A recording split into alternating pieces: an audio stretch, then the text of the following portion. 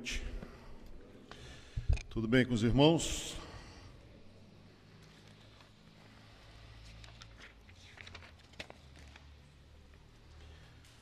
Vou tirar o meu relógio porque tenho tempo.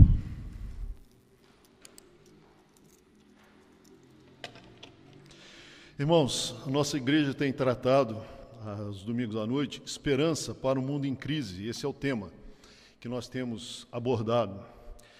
E o tema da mensagem hoje não é coincidência, mas envolve essa questão da perseguição, e até o nosso versículo da semana corrobora todo esse conceito que nós vamos tratar aqui. Nós vamos tratar hoje esperança diante da injustiça. E eu peço a gentileza que os irmãos se coloquem de pé e abram suas Bíblias no Salmo 43. Nós leremos todos os versículos, 5. Salmo 43, de 1 a 5.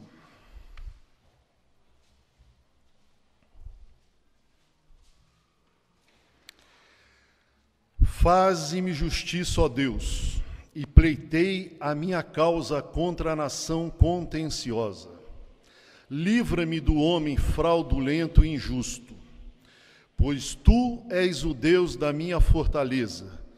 Por que me rejeitas? Por que hei de andar eu lamentando sob a opressão dos meus inimigos? Envia a tua luz e a tua verdade, para que me guiem e me levem ao teu santo monte e aos teus tabernáculos. Então irei ao altar de Deus, que é a minha grande alegria. Ao som da harpa eu te louvarei, ó Deus, Deus meu. Por que estás abatido, ó minha alma? Por que te perturbas dentro de mim? Espera em Deus, pois ainda o louvarei, a Ele, meu auxílio e Deus meu. Os irmãos podem se sentar, por favor. No original, o Salmo 42 e 43, eles são um só. A razão provável deles terem sido divididos foi para facilitar o seu uso no louvor no templo. Ele apresenta características de um salmo de lamentação. E o salmo de lamentação, o salmista, ele manifesta uma profunda confiança em Deus, ele expõe sem rodeios as suas lutas, seus sofrimentos e decepções, clama por libertação e termina sempre com uma declaração de louvor. E sempre que eu falo de lamentação, eu gosto de estabelecer uma diferenciação, o que é lamentação e o que é murmuração. Lamentação é uma manifestação dolorida em face ao sofrimento. E ela sempre, em geral, é dirigida a Deus. Murmuração é uma reclamação persistente, sem fundamento, carregada de malícia. É um resmungo constante contra Deus, colocando em dúvida o seu amor e o seu caráter. Em nossa dor, nós devemos sempre falar com Deus, não contra Deus. Nunca devemos duvidar de seu amor e da sua justiça. Voltando ao Salmo 43. A estrutura do Salmo é a seguinte: é o clamor de libertação ao Senhor, versículo 1 e 2. Oração pelo retorno do salmista ao templo para adorar a Deus. Nós vemos isso nos versículos 3 e 4. E um novo clamor por esperança em Deus no versículo 5. Versículo 1, o salmista ele usa uma linguagem de tribunal. Ele declara a sua inocência, refere-se a Deus como seu juiz e como seu advogado. Apresenta a sua queixa contra os seus algozes. Então, a linguagem que ele está usando aqui é como se ele estivesse num tribunal, diante de um juiz, apresentando a sua causa. Ele clama por justiça e quer que Deus haja como juiz, um juiz que decide a sua demanda. O salmista é o reclamante, o reclamado é a nação que o privou do seu lar e o levou para outra terra. e contra o homem mau, que é mentiroso, corrupto, que faz o mal deliberadamente. É interessante que a expressão usada aqui para essa pessoa é de alguém que tem uma balança calibrada com a intenção de fraudar. Esse é o homem mau. No versículo 2, o salmista declara a sua confiança em Deus. E em face ao silêncio de Deus, ele se sente rejeitado e injustiçado.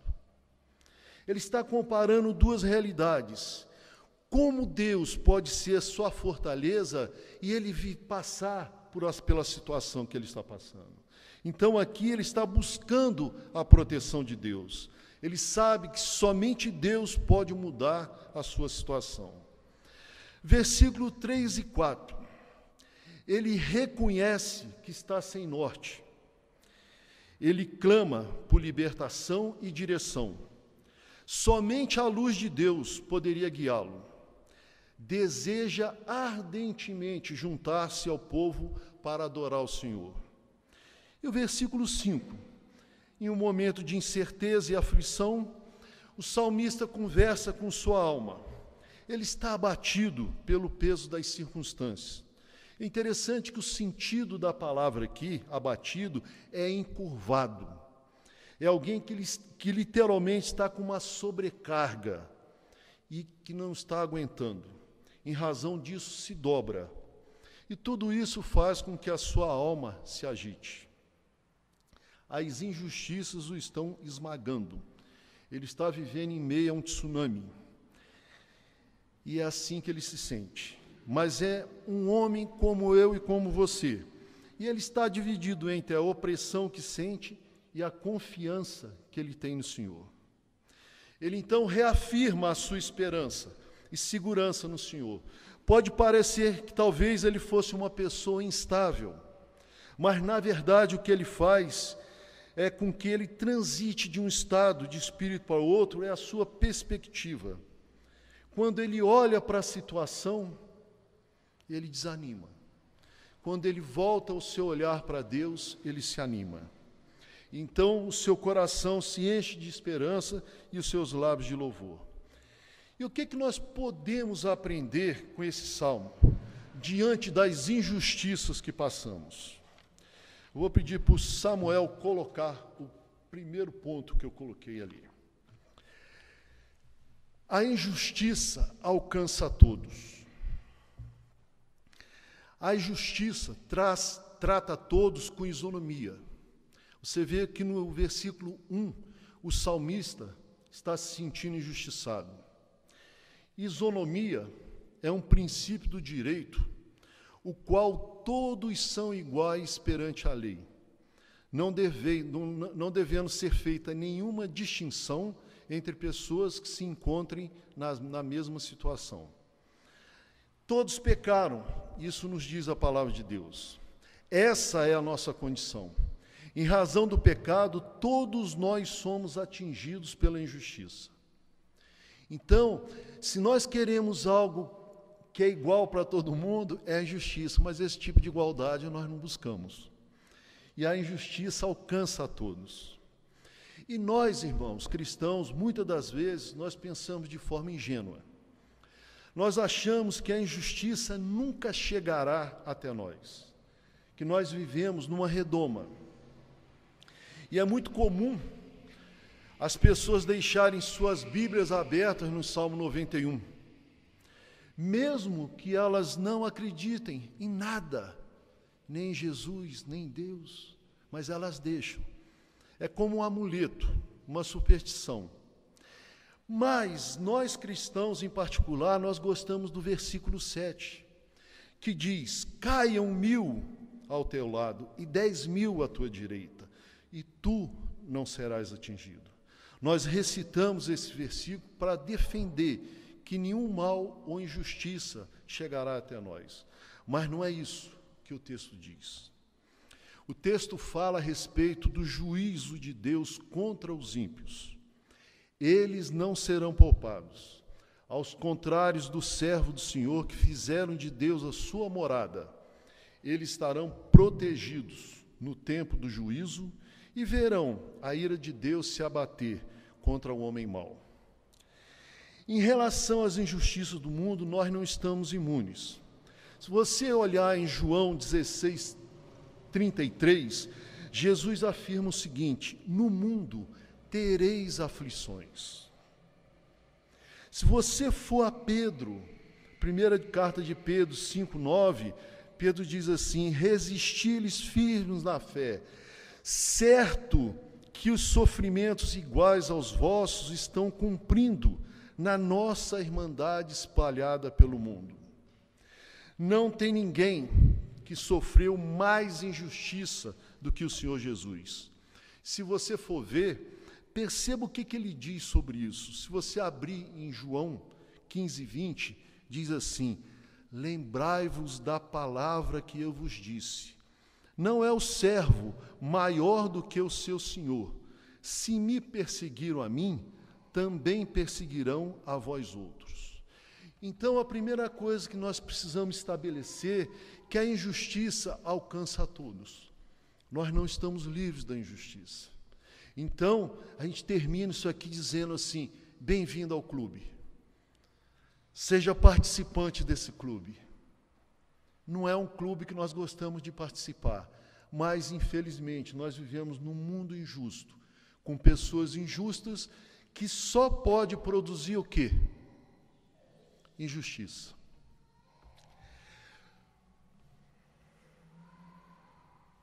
Falei com o Samuel que eu vou ficar fazendo assim para ele, eu não estou com torcicolo, é um sinal para ele mudar, entendeu? Outro ponto que eu coloquei: diante da injustiça, ore. Diante da injustiça, busque a Deus em oração. Versículo 1 nos mostra que o salmista está orando, isso é uma oração. Eu sei que isso parece uma grande obviedade, mas, em geral, oração é o que nós fazemos por último, e quando fazemos diante das injustiças. E a primeira coisa que o salmista faz é orar. E é interessante, irmão, que a oração do salmista ela é simples, ela é direta, ela clama por justiça, ela é objetiva em seu pedido, ele expõe de forma sincera e respeitosa os seus sentimentos. E muitas das vezes, ao contrário das nossas orações, as nossas orações são empoladas, cheias de palavras difíceis, desprovidas de naturalidade, e muitas das vezes objetivando impressionar a Deus e as pessoas que nos ouvem. Se você olhar para o texto, você quer algo mais visceral do que ele dizer, de forma respeitosa sim, mas perguntar para Deus: Senhor, por que tu me rejeitas?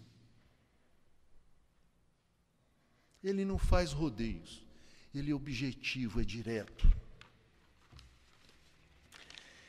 Eu acho que nós precisamos aprender a orar.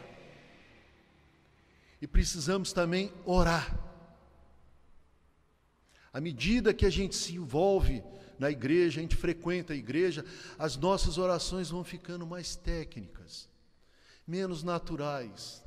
Você vê o salmista orando, tem hora que você não acredita o que ele fala. A sinceridade, a transparência. Ele se abre, ele se rasga, ele se expõe diante de Deus. Então, diante da injustiça, nós precisamos aprender a orar. E orar com sinceridade, com transparência, com clareza, com objetividade, dizer: Senhor, por que isso? E Deus vai responder às nossas orações. Diante das injustiças, não se defenda. Eu sei que eu preciso explicar isso, porque às vezes nós somos muito literais. Não quer dizer que eu não devo me defender nunca, não é assim. Mas uma coisa que me chamou a atenção no testemunho ali da irmã, ela diz: eu entreguei para Deus. Coloquei diante dele. E é nesse sentido que eu acho que nós precisamos aprender. Diante da injustiça, não se defenda.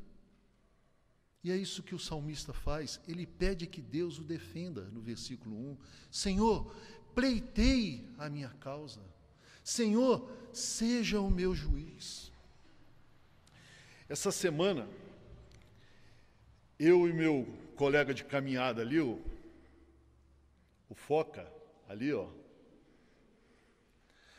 Eu sei que vocês não vão acreditar que eu caminho. Tenho certeza. E olha que nós caminhamos 14 quilômetros. Haja Dorflex. Nós podemos até fazer propaganda, né, Foca? Receber. E nós estávamos conversando a respeito de uma situação. Mas, em relação à caminhada, eu já convidei alguns irmãos aqui, Giovanni, pastor Wellington, e alguns outros. E alguns já me viram caminhar, acho que o irmão lá me viu caminhar, ou a esposa, lá na Urbanova. Você aí. E o nome do nosso grupo sugestionado é The Walking Dead, os mortos que andam. Porque é interessante, nós começamos a nossa caminhada com um vigor tremendo. À medida que nós caminhamos, um tem problema no joelho, outro no pé, então a gente começa assim, ó. Vocês imaginam a cena, porque é depois das 6, ao escuro, 3 sujeitos andando desse jeito, parece realmente zumbis. E o mais interessante é que, às vezes, vem algumas pessoas falar conosco, eles falam, puxa, tenho observado que vocês caminham há muito tempo. São 3 anos. Aí a pessoa fala, nossa, eu fico impressionado. E eu, sinceramente, eu não sei se eles ficam impressionados de nós caminharmos, da nossa obstinação em caminhar, ou do resultado, que é nenhum. Então, tem hora que eu fico pensando assim, eu fico impressionado por quê? O que impressiona as pessoas? Acho que é o resultado. Falam, olha, vocês continuam do mesmo jeito, e alguns até maiores, entendeu? Então, mas nós caminhamos, entendeu? Estão convidados para caminhar conosco. Mas voltando à nossa conversa, um daqueles Walking Dead perguntou sobre a questão da injustiça, uma situação que ele está passando, como ele deveria agir diante daquilo. E a gente, democraticamente, né, Foca, cada um expõe a sua opinião, e eu estava falando para ele que eu estava meditando em 1 Pedro 2, 21 a 23. Se quiser abrir, irmãos, é um texto interessante, é bom para marcar. Diante das injustiças não se defenda. 1 de Pedro 2, 21 a 23. O texto diz assim, pois para isto mesmo foste chamado, pois que também Cristo sofreu em vosso lugar, deixando-vos exemplo para seguirdes os seus passos, o qual não cometeu pecado, nem dolo algum se achou em sua boca, pois ele, quando ultrajado, não revidava com ultraje. Quando maltratado, não fazia ameaças, mas entregava-se àquele que julga retamente. O texto diz que nós somos chamados para agirmos como Jesus diante da injustiça, que Ele é o nosso modelo. Esse dia eu ouvi um sermão do pastor Marcos Granconato sobre esse texto, e ele estava dizendo que a palavra modelo aqui tem uma ideia de você pegar um papel e colocar por cima de um desenho, aquela coisa que nós fazíamos quando éramos criança, né? Para poder copiar. A ideia era essa, de você se colocar diante de Cristo e copiar para sair parecido com Ele. Então, Cristo é o nosso modelo. Agora, como Jesus agia diante das injustiças? O texto diz que quando ele era insultado, ele não insultava. Quando ele era maltratado, ele não ameaçava. Jesus, ele não dava o troco na mesma moeda. Ele não retaliava, não agredia verbalmente, não se vingava. Ele não tentava fazer justiça com as próprias mãos. E o que ele fazia? Olha o que o texto diz que ele entregava-se para aquele que julga retamente. Mas o que ele entregava? Ele entregava a situação, o ofensor e a si mesmo. Olha que interessante, irmãos. Diante das injustiças, não revide, não dê o troco, não ofenda, não ameace. Você vai ver. Espera. Mas devemos entregar para aquele que julga retamente. Não se defenda. Deixe Deus te defender. Você já imaginou quantos problemas nós temos por tentarmos nos defender? Quantos problemas nós nos causamos em tentar fazer justiça com a própria mão? Quanta coisa errada nós fazemos quando nós queremos nós mesmos resolver a situação do nosso jeito? E o que nós ganhamos em retaliar, em ameaçar, em dar o troco? Nada. Nós só nos tornamos iguais aos injustos. Nós praticamos injustiça como essas pessoas. E se você pensar, orar, que foi o nosso primeiro ponto, é um ato de fé. Entregar a Deus para Ele julgar é um ato de fé. E tem uma frase que eu gosto, que ela é bem interessante, que diz assim: é preferível ser parte daqueles que são injustiçados do que daqueles que praticam injustiças. E o salmista coloca todas as coisas diante de Deus. Por quê? Porque o Senhor sabe como lidar com as injustiças, no tempo certo e da maneira certa. E Ele também sabe como acalmar o nosso coração. Ele sabe como fazer a gente se aquietar. E nós precisamos lembrar o que diz o texto de 1 João 2,1, que nós temos um advogado, que é o nosso Senhor Jesus Cristo. E pasmem, Ele nunca perdeu uma causa. Nunca. Ele não perde. Então, diante da injustiça, não se defenda, não ataque, não dê o troco, não intimide, não retruque. Sei que nós vivemos num mundo injusto, sei que os nossos relacionamentos provocam isso. Casais, filhos, amigos, igreja, trabalho, entrega para Deus. Ele sabe resolver no tempo certo e na hora certa, e sabe acalmar o nosso coração.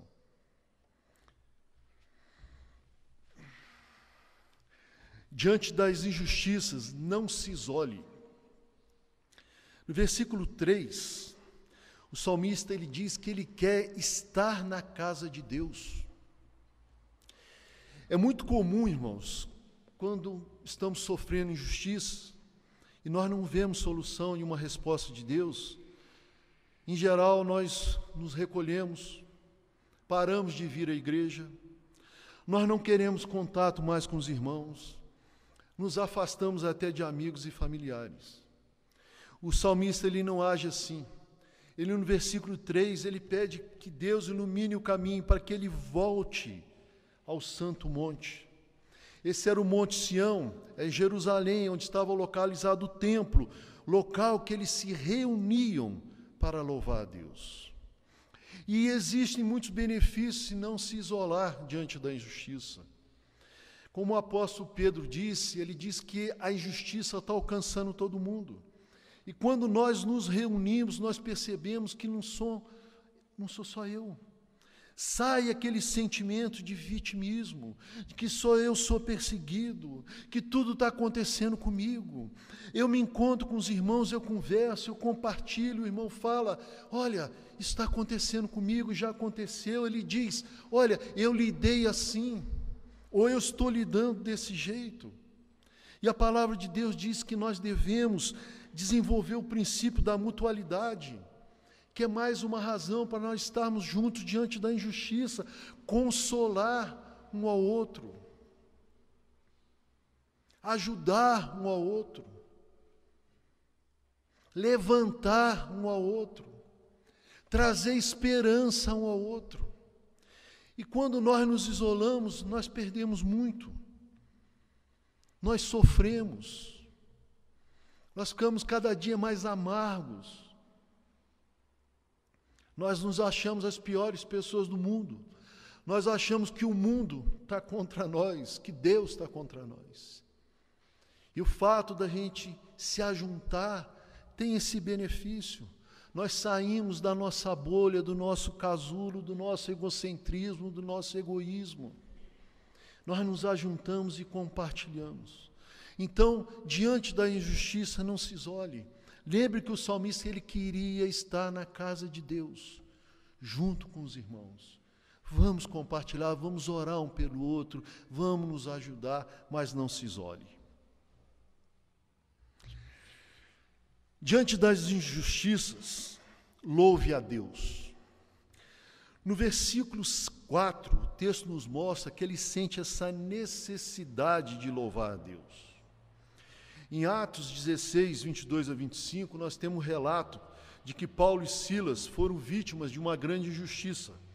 Eles foram arrastados, açoitados e presos por terem expulsado um espírito maligno de uma jovem que fazia adivinhações e proporcionava grande lucro aos seus senhores. E dentro da prisão, Paulo e Silas oravam e cantavam louvores a Deus. Nós, irmãos, desconhecemos a força do louvor diante das injustiças. É aquele momento em que nós tiramos os olhos do problema e colocamos os olhos em Deus. E o que é louvar? É lembrar o que Deus é, falar o que Ele é, trazer à memória a bondade dEle, o amor dEle, o cuidado dEle. Isso nos anima, isso nos estimula. E é outra coisa que eu acho que nós precisamos aprender a orar, a louvar, a nos colocarmos diante de Deus. O último testemunho daquele irmão indiano me chamou a atenção que ele testemunha sorrindo. Você vê a alegria. Eu estava comentando com um pastor que eu tenho uma sugestão. Eu acho que dentro do nosso grupo de louvor, a Ellen deveria estar. Eu fico observando ela fazendo os sinais ali, a linguagem, né? É bem diferente.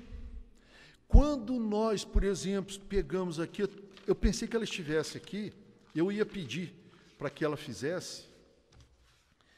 Se nós pegarmos aquele Castelo Forte, que diz assim, Castelo Forte é o nosso Deus.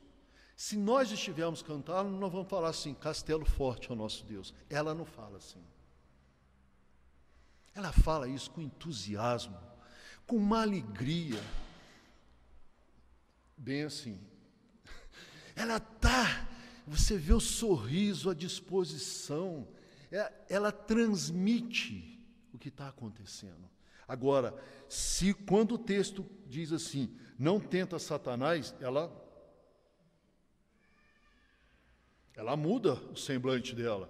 Ela já não está mais sorrindo. Nós não. Nós começamos de um jeito e terminamos do mesmo. Não tem muita emoção. A gente não se envolve com louvor. A gente não presta atenção no que nós estamos falando. A gente não põe o coração naquilo. É feito de uma maneira muito, às vezes, fria, mecânica, que a gente não presta muita atenção. O que está sendo dito ali?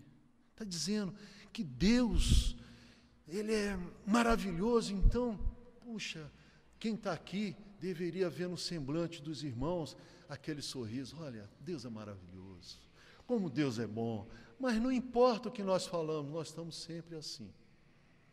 A Ellen deveria nos ensinar, entendeu? Colocá-la aqui, ela vai fazendo, Deus é amor, a gente sorri. Seria bom, acho que nós precisamos aprender a lidar com louvor. Então, diante da injustiça, louve a Deus, lembre do que Ele é, traga à memória que Ele ama, que Ele é justo, que Ele é escudo, que Ele é poderoso, que Ele é bondoso. Relembra, faz um exercício. O pastor hoje de manhã falava um pouco sobre isso, de lembrar quem é Deus, e o louvor é isso. Eu acho fantástico, até marquei aqui, quando aquele Asaf Barbosa, ele faz aquele cântico, né? O meu louvor é fruto. Olha a poesia. O meu louvor é fruto do meu amor por ti, Jesus. Está dizendo, eu louvo porque eu te amo. De lábios que confessam o teu nome, eu não consigo deixar de falar. É fruto de tua graça e da paz que encontro em ti. Ele diz, olha, é a tua graça que produz isso em mim, essa paz. E mais, é impossível louvar sem ter o Espírito Santo. É impossível louvar sem ter a plenitude do Espírito.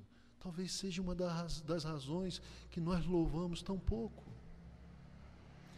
Do teu Espírito que habita em mim. Aí ele diz, ainda que as trevas venham me cercar, ainda que os montes desabem sobre mim, meus lábios não se fecharão, para sempre hei de te louvar. E ele prossegue. Lindíssimo, uma poesia tremenda. Então, diante da injustiça, louve. Terminando, meu irmão, sexto. Diante das injustiças, espere em Deus. Versículo 5. O salmista, ele demonstra confiança em Deus. Alguns acham que o salmista usa no versículo 5, é o que chamamos de solilóquio, um recurso, que é uma reflexão solitária em voz alta. É conversar consigo mesmo. Já bateu um papo com você? E aí, como é que você está? Você não está bem hoje, né? Estou sentindo que você não está legal. É isso que ele faz, ele conversa com ele. E ele diz para a sua alma o seguinte, espera em Deus. É interessante que ele faz um movimento contrário. Ele, em vez de se entregar à depressão e à tristeza, ele dá uma ordem à sua alma. E a ordem é, espere em Deus. Em geral, nós esperamos em pessoas, em livros de autoajuda, nos gurus, nos líderes, nas instituições, em tantas coisas diferentes, mas dificilmente esperamos em Deus. Eu não sei para você o que é esperar em Deus. Quando você escuta isso, o que vem à sua mente? O que é esperar em Deus? O que significa para você? Pode falar, o que significa? Quando você ouve isso, esperar em Deus, pode falar. O que significa esperar em Deus, Giovanni? O que te vem à mente? Você está falando para a sua alma, confia em Deus. Ok, quem mais? Ok, entrega para Deus. Legal, quem mais? Hein? Amém, descansar em Deus. Que mais? Aquietai-vos, se acalme. Take it easy. Para você, take it easy. Que mais? que é espera para você? O texto falando, espere em Deus, o que isso significa para você? O que fala o seu coração? Perdão?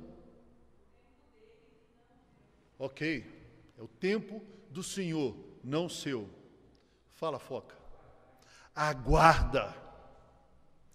Percebe quanta coisa vem à nossa mente quando eu leio, espere em Deus? Eu coloquei algumas coisas que os irmãos falaram. Se acalme, reflita, confie, descanse, dependa, se entregue, recue, se cale, abra a mão, acredite, não avance, dá um tempo. Olha quanta coisa vem à nossa mente quando o salmista diz, espere em Deus. Talvez no teu coração Deus esteja colocando outro sentido no momento que você está vivendo. Talvez esse espera, talvez Deus está falando algo bem particular, bem pessoal. Mas independente do que Deus está dizendo ao nosso coração, o salmista sabia que diante das injustiças e da dor, a única solução é esperar em Deus. E o salmista, ele termina com uma certeza de que tudo o que está acontecendo está sob o controle de Deus e que ele ainda vai louvá-lo pelo seu livramento. E é muito interessante aqui o sentido da palavra louvor. O sentido da palavra louvor, ela vem de uma raiz aqui que vem da palavra testemunho. O que ele está querendo dizer é que, diante das injustiças que ele está sofrendo, diante da dor, da perseguição, de toda a situação, ele tem certeza que ele vai testemunhar a respeito do livramento de Deus. E talvez aqui nós encontremos uma das razões porque Deus nos permite sofrer injustiça, para que nós possamos testemunhar, o Senhor cuidou de mim, o Senhor me sustentou. Na dor, a gente possa falar, Deus estava ali comigo. Eu já contei essa história aqui, mas eu sempre gosto de contar porque ela me impactou muito. Eu, quando estava no Palavra da Vida, um certo dia eu estava conversando com um senhor de 70 e poucos anos, depois da classe, da aula. Um senhor muito simples. E no meio da conversa surgiu a questão de filhos. Eu perguntei, quantos filhos o irmão tem? Ele falou, 8. Falei, poxa, que legal. Ele falou, só que eu perdi 4. Falei, é mesmo? Em circunstâncias difíceis. Falei, mas o que aconteceu? Ele falou, olha, 2, nós estávamos no acampamento da igreja, e eles estavam jogando bola. A bola caiu no rio, o de 18 anos pulou para pegar, um redemoinho tragou. O de 19 pulou e ficou. Falei, nossa, que tragédia. O outro, mais velho, estava em casa dormindo numa beliche. Ele virou, caiu, bateu a cabeça no chão e rachou. E morreu.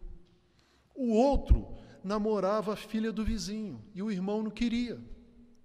Um dia, o irmão pegou uma faca e enfiou no coração dele. Só tragédia. Eu perguntei para ele assim, eu falei, irmão, me perdoa, mas como é que o irmão lidou com isso? Ele, chorando, falou para mim o seguinte, eu não lidei. Deus lidou para mim. Eu sentava, deitava no chão de um barraco que eu tinha e chorava. E eu sentia Deus vir me consolar. Percebe? Isso é louvar a Deus, o testemunho dele. Ele está dizendo, Deus cuidou de mim. Você pode confiar que em meio às suas lutas, Ele vai cuidar de você. Ele vai estar ali com você. O salmista termina assim: espere em Deus, pois ainda o louvarei, a Ele, meu auxílio e Deus meu. Nós não devemos esquecer, irmãos, que nós vivemos num mundo caído, que em meio a pessoas injustas, que só podem produzir injustiça, e que as mesmas nos alcançam. E diante das injustiças, nós devemos orar ao Senhor, colocando toda a situação diante dele e clamando por sua justiça. Que nós não devemos nos defender, que nós devemos entregar tudo àquele que julga retamente. Nós temos Jesus como exemplo. Ele entregava a situação, o ofensor e a si mesmo. E como cristãos, nós devemos agir assim. Não se isole. O isolamento nos enfraquece, nos deixa vulneráveis, nos tornamos presas fáceis. Diante da injustiça, nós não devemos deixar de congregar, se afastar dos irmãos na fé. Ao contrário, devemos nos juntar, nos consolar e sermos consolados, apoiar e ser apoiado. Louve ao Senhor, traga à memória a sua bondade, o seu amor, a sua justiça. Isso traz paz e confiança ao nosso coração. Espere em Deus em vez de se entregar à depressão. Entregue-se a Deus, pare, confie, descanse e se acalma. Diga à sua alma que não há nada a temer. Deus é conosco e Ele é poderoso. Se você está cansado, Ele te restaura. Volte seus olhos para o Senhor em meio à injustiça. Diga para a sua alma encurvada, para que ela se endireite, para que ela tenha fé. Pois o nosso Deus é El Shaddai, é o Todo-Poderoso. Jeremias 23:6 diz que Ele é o Senhor justiça nossa. O Salmo 18:2 diz que Ele é a nossa rocha, a nossa força, a nossa cidade fortificada, o nosso libertador, o nosso Deus, nosso escudo, salvação e castelo forte. Ele é o Emanuel, o Deus que está conosco todos os dias. Que o Senhor nos abençoe.